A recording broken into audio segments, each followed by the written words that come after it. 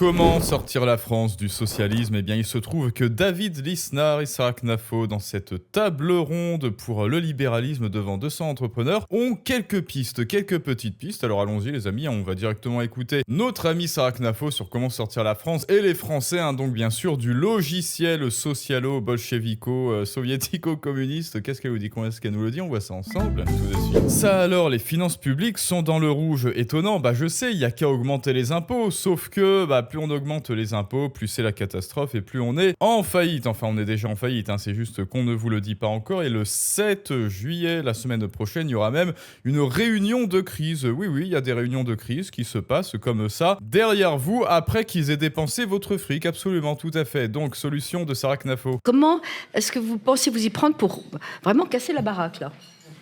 Qui peut commencer?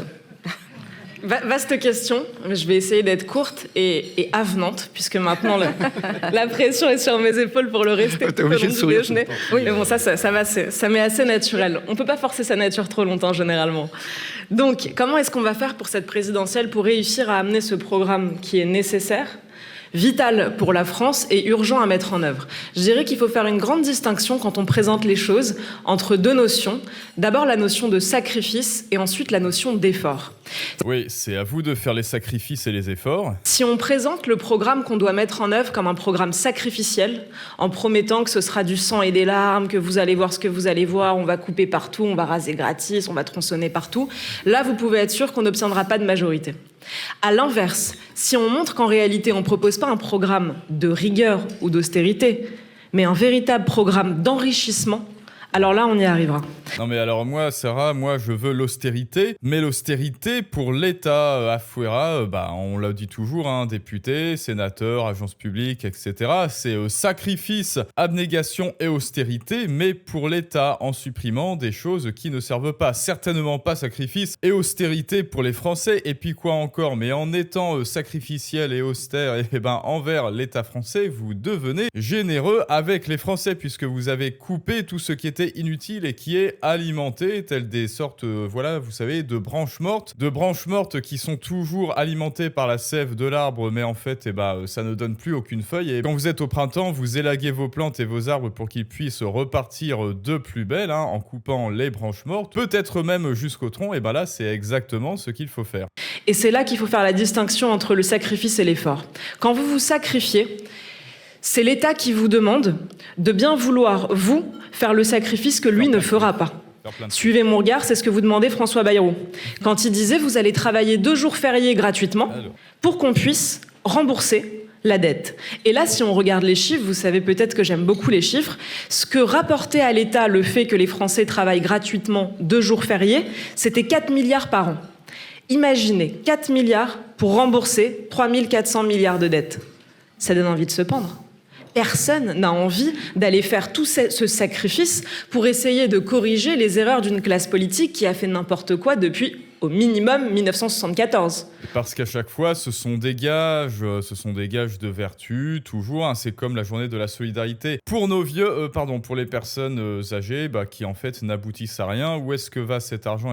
Dans toujours les poches des mêmes. En fait, c'est ça, mais on le dit toujours, nos tax artistes ont un travail, un boulot, c'est comment est-ce que on peut transférer l'argent de Nicolas vers nos poches, et pour cela, quel narratif est-ce qu'on peut mettre en place pour justifier ce vol qui de toute manière sera officiel? Mais bon, si on met dans les journaux, on va juste vous prendre votre argent, ça passera pas, donc oui, ce sont des grands storytellers, c'est pour ça qu'on est là, storytelling du monde moderne. Il n'y a pas que Vanessa qui s'invente des histoires, parce que les meilleurs mensonges, ce sont ceux auxquels on croit nous-mêmes. CF, Manon Aubry, très récemment, on va aussi faire, vous avez vu, il y a le Valise Gate, bref, on va pas digresser sur ça. Les taxes artistes de l'État, c'est exactement pareil. Comment on va maintenir notre niveau de vie? Hop, une petite taxe par-ci, une petite taxe par-là. Il y a des centaines de taxes en France contre quelques dizaines, par exemple, pour nos amis suisses, voilà. Dernière année, ça résulte à ça. On a voté un budget en équilibre.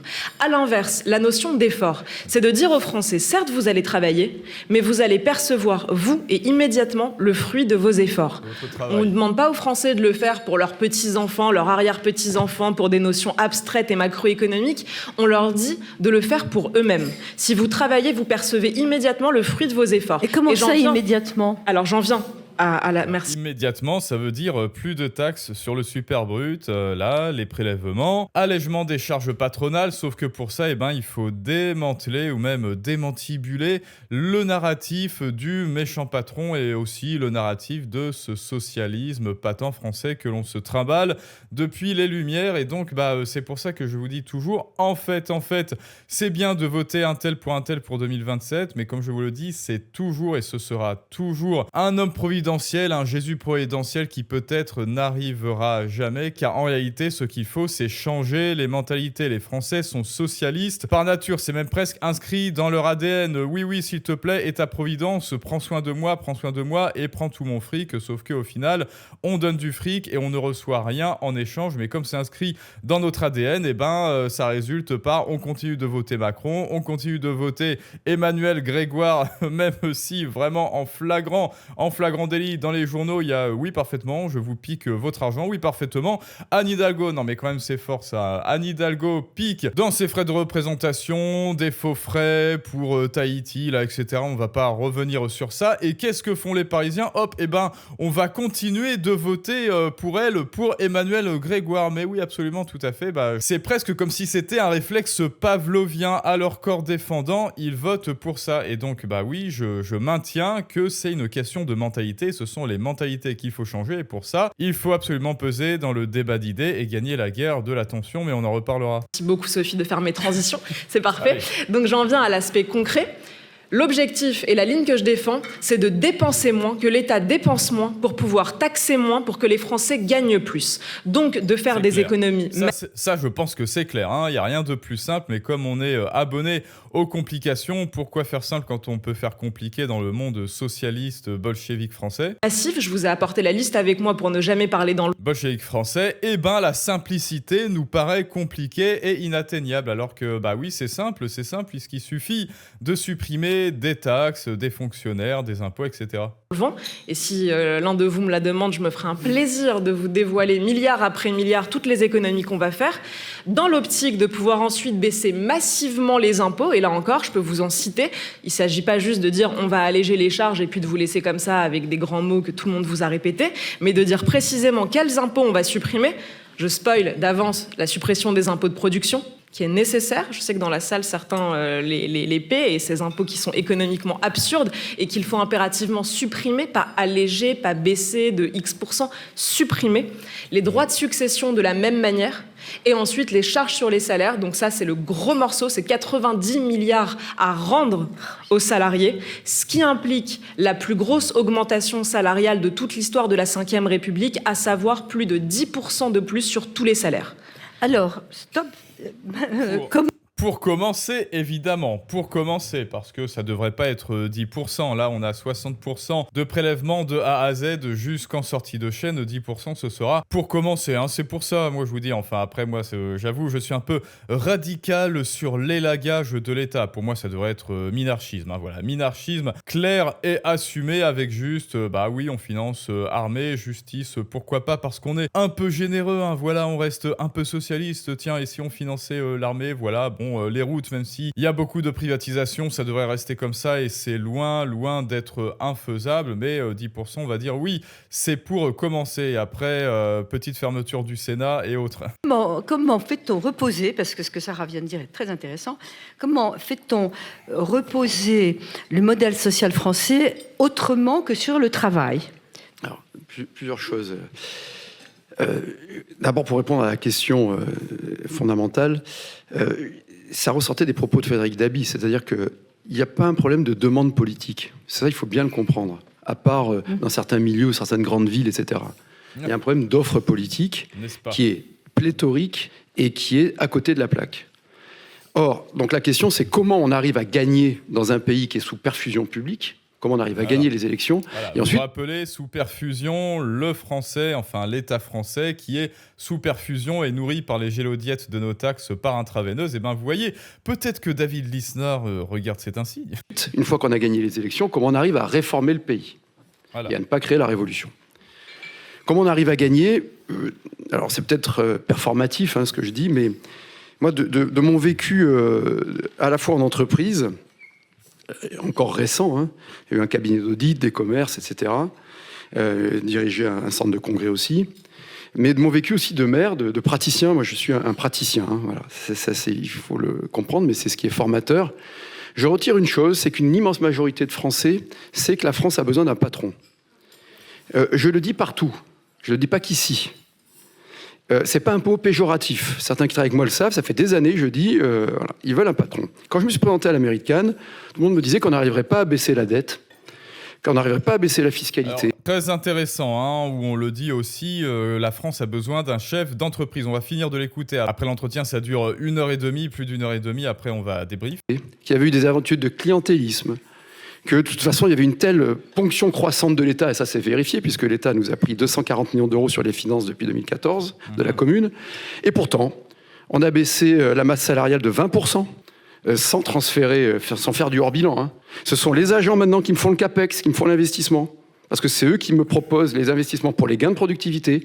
Et je leur propose la moitié des gains, c'est pour le budget général, donc pour le contribuable. La moitié des gains sont pour les agents qui restent. Ce sont eux qui me disent si je dois renouveler ou pas les départs à la retraite, si je dois externaliser ou pas. Alors ça, je regarde un peu quand même. Ce sont eux.